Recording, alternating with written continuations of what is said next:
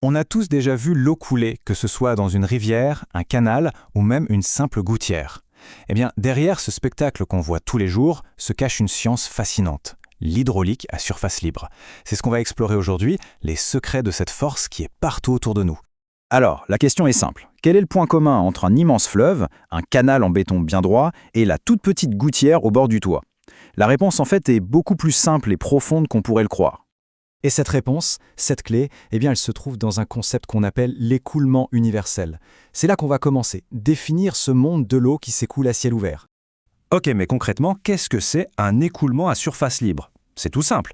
C'est le mouvement d'un liquide quand sa surface, le dessus, est en contact direct avec l'air, avec l'atmosphère. Et qu'est-ce qu'il fait bouger?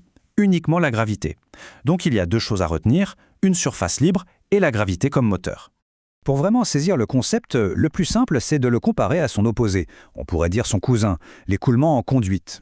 Pensez-y, une rivière, elle avance grâce à la pente, donc la gravité. Sa surface est libre.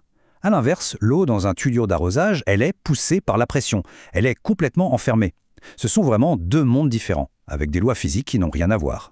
Bon, d'accord, mais comment ça se passe dans les faits? Eh bien, tout se résume à une sorte de duel, un face-à-face permanent. D'un côté la gravité, de l'autre la friction. C'est une danse constante entre ces deux forces. Alors, d'un côté, on a le moteur, le grand accélérateur, la gravité.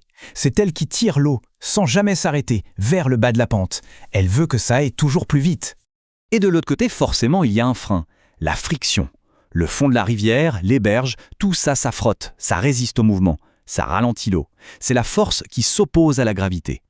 Et voilà le point crucial. Tout ce qu'on observe, la vitesse de l'eau, sa profondeur, tout ça est le résultat de l'équilibre entre ces deux-là.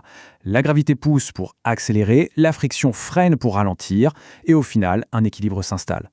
C'est cet équilibre qui dicte le comportement de l'eau. Si on comprend ça, on a compris l'essentiel. Ce qui nous amène logiquement à un autre concept super intéressant, les deux vitesses de l'eau. On va voir qu'en fait, l'eau a une sorte de langage secret, une double personnalité selon la situation. En gros, il y a deux grands états pour un écoulement. D'abord, l'écoulement subcritique. C'est lent, c'est calme, assez profond. Imaginez une grande rivière tranquille qui serpente dans la plaine. Et puis, il y a l'écoulement supercritique. Là, c'est tout l'inverse. C'est rapide, agité, peu profond. L'exemple parfait, c'est l'eau qui dévale à toute vitesse sur le déversoir d'un barrage.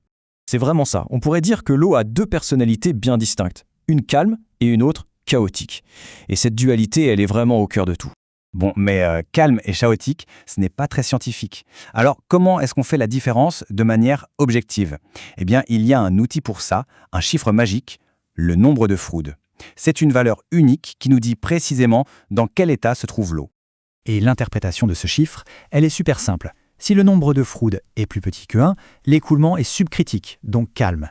S'il est plus grand que 1, il est supercritique, donc rapide. Et quand il est pile égal à 1, on parle d'état critique. C'est un point de bascule super important pour les ingénieurs parce que c'est souvent à cet endroit précis qu'on peut le mieux contrôler ou mesurer un débit. Ok, tout ça c'est bien beau, c'est intéressant, mais concrètement, à quoi ça sert dans la vie de tous les jours? C'est là qu'on voit toute l'importance de cette science dans le monde réel, pour concevoir tout ce qui nous entoure. En fait, cette science est absolument partout.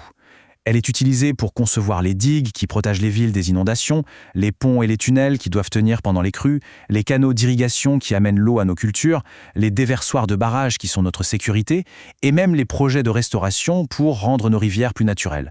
Donc pour résumer, le point vraiment essentiel à retenir, c'est que ce soit pour protéger des vies ou pour produire notre nourriture, comprendre comment l'eau s'écoule, c'est tout simplement fondamental pour notre société moderne. Et voilà, on arrive au bout de cette petite exploration. Maintenant, le but du jeu, c'est de pouvoir lire la rivière. L'idée, c'est d'avoir maintenant quelques clés pour observer le monde d'une manière un peu différente.